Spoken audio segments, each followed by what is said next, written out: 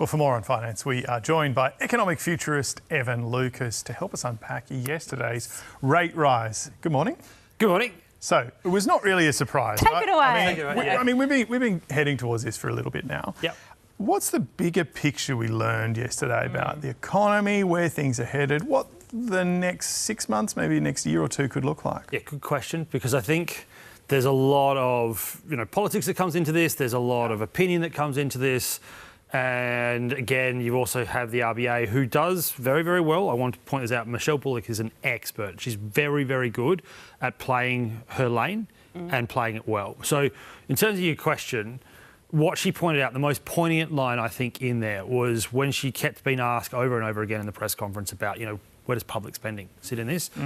The way she answered that, I think, is the most telling thing to answer your question, which is that private and public demand, coupled with low to no productivity over the last 20 years, has led us to where we are today. That's basically the gist of what she said. And with that as the question/answer to where we now go forward, can we now see, with the fact that the RBA is saying we have to raise rates because the economy now, the best way to look at it, public enterprise and private enterprise are constantly competing for the same labour. They're constantly competing for the same goods. They're constantly competing for the same services. And the fact that we don't have more supply of those things, the only thing that happens is prices go up. And that's what she's basically alluding to. We have seen the feds particularly say they're going to step back from the amount of expenditure that they've got. So far, the data suggests they haven't, despite what they might be telling you. The data says they haven't. May will be very interesting off the back of that, with the fact that they now probably have, inverted commas, a mandate that the RBA has given them to actually start doing that.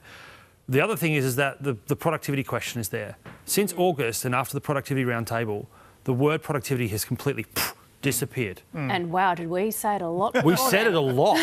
And so I think that's the other part of answering your question, James, is that have we now finally got to a point where the dam has to break? There will be band-aids. And this is the other thing. It's not... And because, again, we hear the word productivity and think do more with less. That's activity.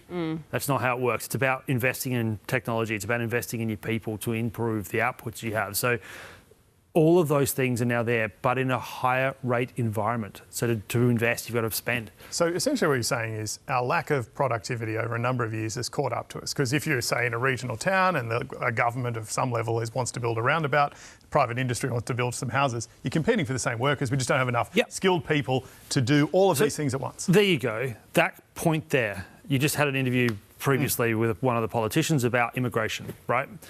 This is the catch that we're talking about, is that immigration is actually a very good thing. We need immigration. It's why Australia has become the multicultural country it is, but it's also about how we actually drive ourselves forward. Are we bringing the right migration in? So the workers required to build the roundabout and the housing aren't here. And if they are here, we don't have enough of them. So this is the debate at the moment that we're going on about, can we actually have that debate? We also then have to look at, there are levers that need to be changed here. Like we have already heard the government really considering the changes to capital gains tax. It's probably a good thing.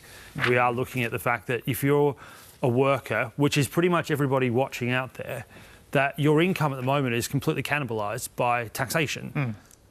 So as soon as you get money back, your freedom to do what you need to do comes back to you, which is why at the end of last year, 0.75 of 1% out of it, the average mortgage in Australia meant they were saving about $1,800 a year. They had some freedom to do stuff. And what did we do? We spent it. And you could see that. The recreation culture, non-durable products went through the roof because all of a sudden, all the tax that we've been going out, all of the constraints that we've had was released slightly, and the RBA's gone, oh, sorry, you need to slow down again because you're actually creating a longer-term problem as well. Evan, we love your insights. Thank you. Win. It's a tricky one. It won't be that bad, I know, but it's so hard at the moment to sit there, particularly if you've got, cost of living out there, it hasn't changed. I know your pain. I understand it, and I don't enjoy sitting here telling you so. No, particularly if we're talking about maybe two more, at least one more. At least one more. Yeah, I think you have to say it's one. Okay. Thank you very much for that.